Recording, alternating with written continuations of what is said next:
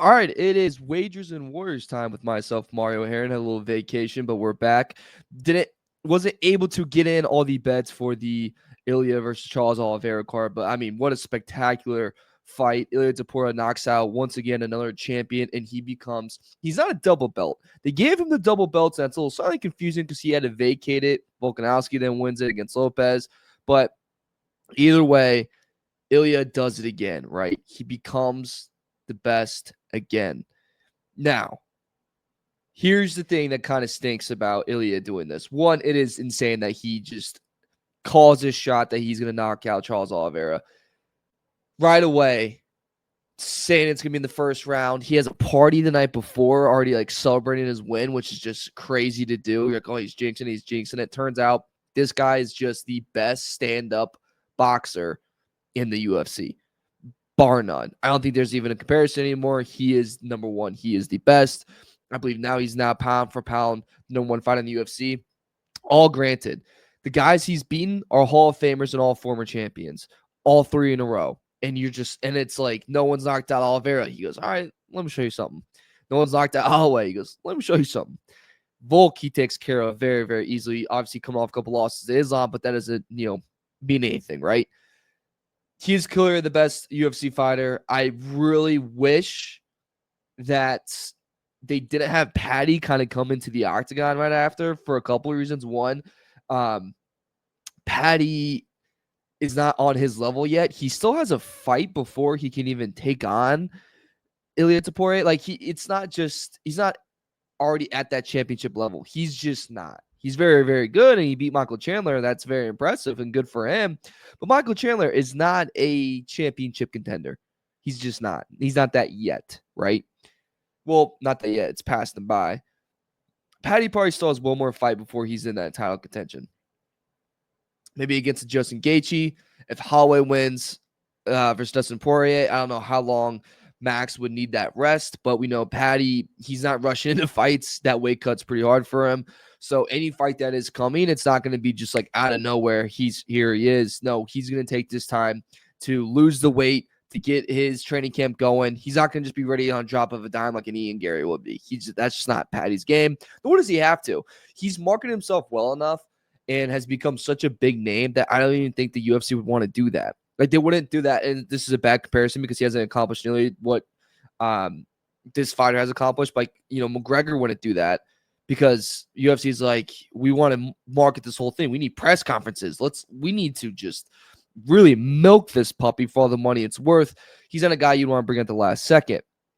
More on McGregor later when we talk about the UFC, not the White House stuff, which I want to mention, but. Paddy's just not there yet, and it's a long-awaited rivalry, but he's just not at the peak of his powers, I would say. I still think he needs one more fight to get there. I think there's more of an appetite for maybe Ilya to take on Islam if he loses to Jack Della Mania, which we'll see. There's more of an appetite maybe for him to face a Justin Gaethje, which we will see. But plus, it's stylistically very, very intriguing, very like fan favorite fight. But I wasn't a fan of Paddy getting in there. He's not championship worthy yet of that. But smart on his part because you kind of force UFC's hand going, hey, everyone wants it now. Doesn't matter if I'm worth it. Everyone wants it. And look, Paddy took a lot of steps, man. That stand-up game looked sharp. Looked very, very sharp. But you're going to look sharp. Elias is in a whole other level. Elias is a whole other step. We shall see. Also, Michael Chandler, close to the end of his career. Come on now. Before we get into Derrick Lewis fight this weekend that he has, I want to talk about the White House UFC possibility of that happening.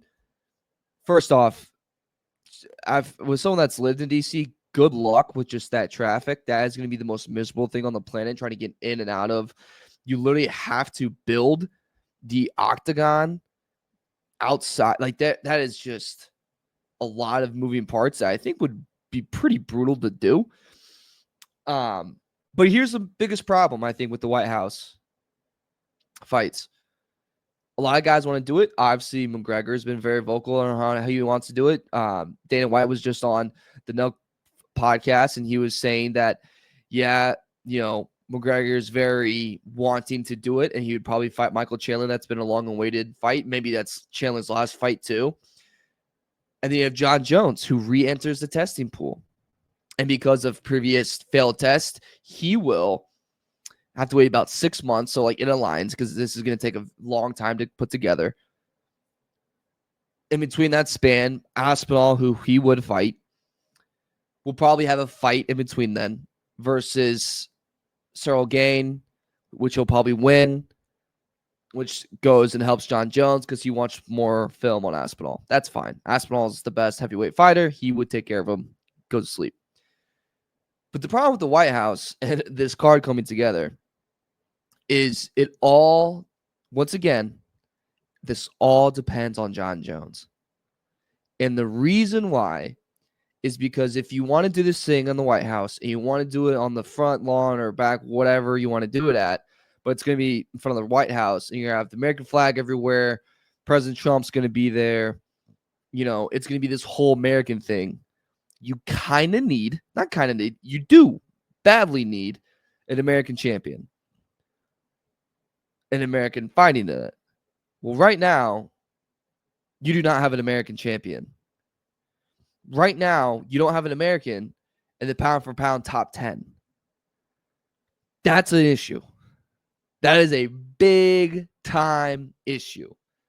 The only one that you had was Jon Jones. He retires, says he's going to come back, says he wants to fight.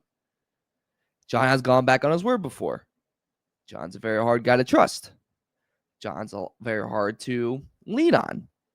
He doesn't need the money. He doesn't need the fame. He doesn't need any of it.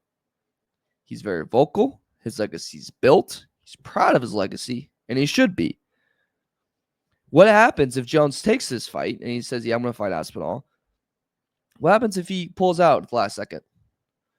What happens if suddenly he suffers an injury and he can't go?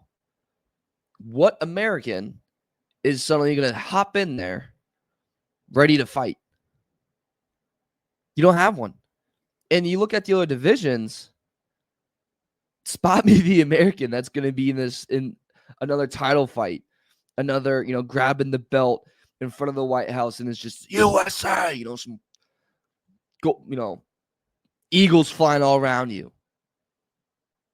And you're just feeling freedom through your veins. There's no fighter that can give you that. What, Sean Strickland versus DDP times 3? Strickland didn't change anything up from his game plan. What, do you think that's going to work this time? Okay. It's not going to work.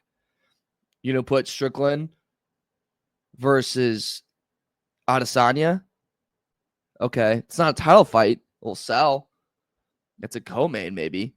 You want to bring on O'Malley? That's a fan favorite. Who are you going to have O'Malley against? Merab, part 3? How did part 2 go? And that was O'Malley improved. I don't know.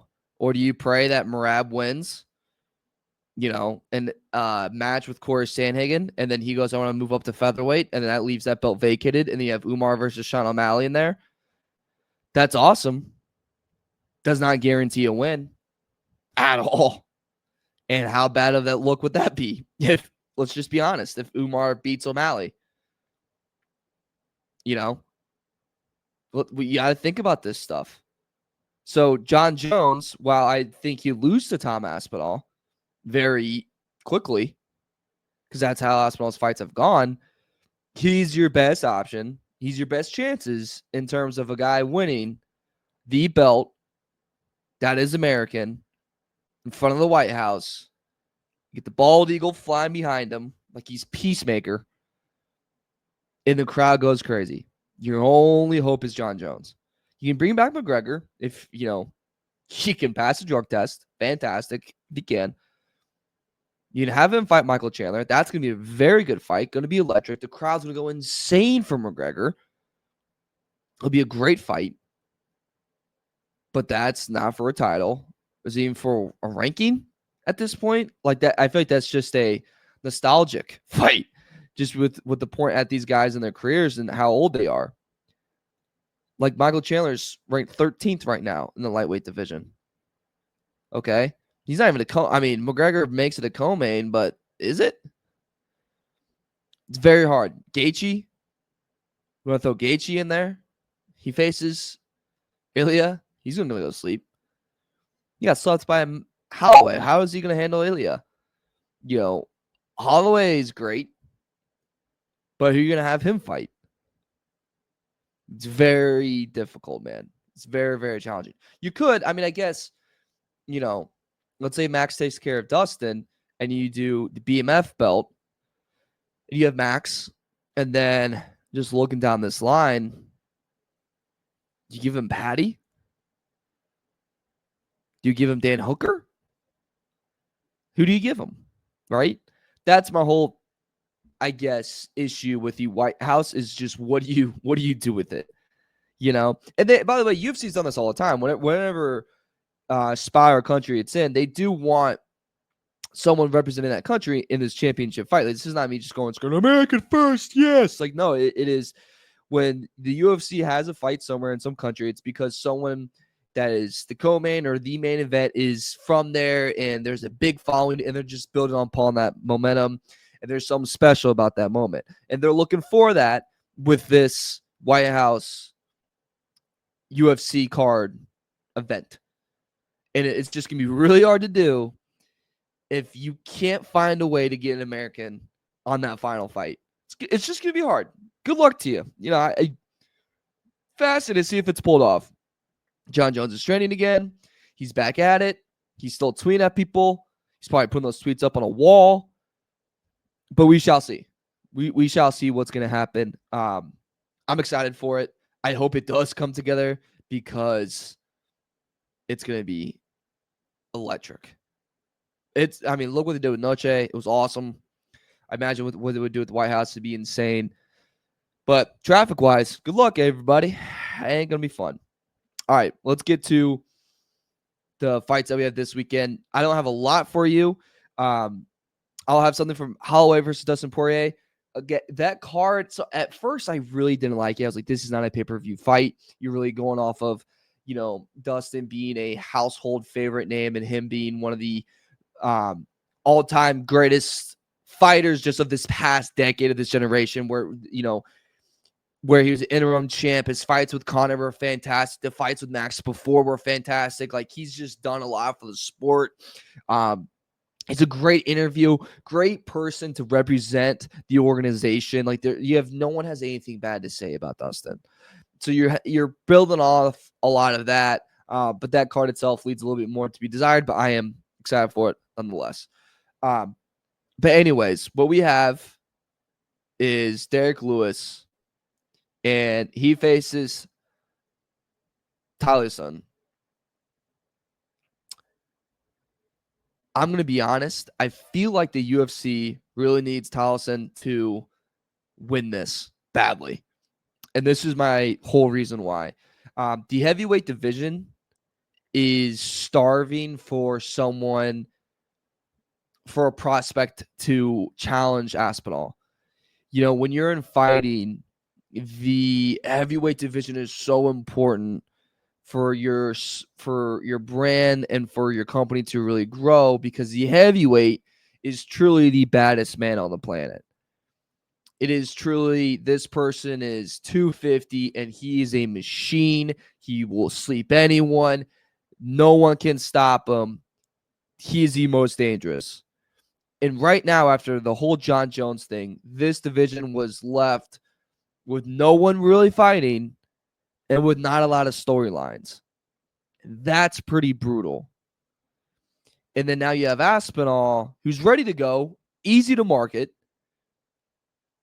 exciting to watch, but who is there? Like, if he just wipes the floor with Gain, your next issue is, who do we give him? Guys, he's walking through everyone. What do we do? So that's why I look at Tallison and go, okay, a lot of people need him to win. They're like, we need something. And this guy's electric. 8-0, 7 wins by KO. For you, something crazy of the stats-wise, 14.61 strikes landed per minute. All of his wins have been inside the first round. And if this guy can do it to Derrick Lewis, who has fought for the belt multiple times, He's the my balls are hot guy. 28 wins, 23 of them by knockout. He's a great fighter in himself. He's a household name. This draws attention. If he can knock this guy out in the first round, then oh my God, we're talking. Then this guy's gonna get accelerated, right? And then they're gonna go, okay, how ready can you be in another couple months to fight again? That's exactly what they're gonna do. Like, we need you on the fast track, brother. We need someone for Tommy to get in the ring with, get on the octagon with. And if Gain can't do it, then it might be you. So a lot riding here, I think, for the UFC. All that being said, I do think Lewis gets slept. I think he gets knocked out. I think it's going to be within the first round. I saw some expert fighters who are actually picking Lewis in this fight because he has the more experience and because Tallison, this is his only second fight in the UFC. And while his first one looked extremely impressive, he's facing a very experienced guy, and maybe, it's too big for the moment type of thing. I don't know. We shall see, but I like Tallison in this a lot. The next one we have is Wonder Boy. Stephen Thompson.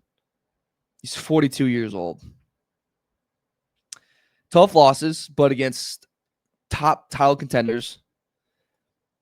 One of the best strikers we've seen. But he faces Gabriel Bonfim, and Gabriel's 17-1. And Gabriel just kind of has Wonder Boy's number in almost every angle you can kind of look at for this fight. 42 years old, does scare me, man. And a lot of damage done. A lot of damage that Wonder Boy's taken over the years. And now he's facing Gabriel, who can put on a lot of damage to you. He also could take you down. He also can catch you in a submission and anything he kind of wants to. 13 submissions out of those 17 wins. I think that's how he takes out Wonder Boy. In this one, that's where I like in that. Calvin Kattar versus Steve Garcia. Very close odds. Calvin's just on this brutal stretch of 4 fights lost in a row. He has not won since 2002. And Steve Garcia is a guy that in every fight in the UFC has ended in a knockout. And all of them has been in the first round. Guy on a losing streak, hot streak. Tell me what you're going to do. I'm going to bet on the guy on the hot streak. Like basketball. You make a shot. What should happen next time you come down the floor? You get the ball again. Stay hot. So I like Garcia in that one. That featherweight bout. Going to be pretty exciting. That's all I kind of have for this one. Other options I would look at is Tuco. Not Tuco. Junior Toffee is a money line guy, and it's not that bad. So if you want to parlay him with Garcia, you're going to get some pretty good odds on that. You can also take a lot of these fights to not go the distance. I think there's actually going to be a lot of knockout power and a lot of early finishes in this card. I don't see a lot of these guys going the full distance. I really, really don't. It's going to be some lights out. This is a lot of figuring out the prospects, figuring out, okay, this guy has ran through and just knocked everyone out. Let's get him against serious competition. Let's see how he dances. Let's see how it's going. I feel like this is the epitome of this upcoming card this weekend. Obviously, we have next weekend of the last dance for Dustin Poirier. So that's going to be exciting stuff. God, I can't wait. Dustin Poirier landing gloves down it's going to make me cry. Not really, but it's going to be really, really sad because I miss that guy. But that's all I got for today on the Wages and Warriors with myself, Mario Herron. Thank you guys so much for listening. Make sure to like, share, subscribe to the show. Check out the Bolt Crew podcast as well because we just released another episode doing the most important Charger players, excluding Justin Herbert. Very, very fun show. We also got off the rails a little bit, but it's the summer, it's July, and that's what we kind of do over there at Bolt Crew. So lots of good stuff. Very, very fun. Thank you guys so much for listening. Thanks you for watching. We'll see you next time.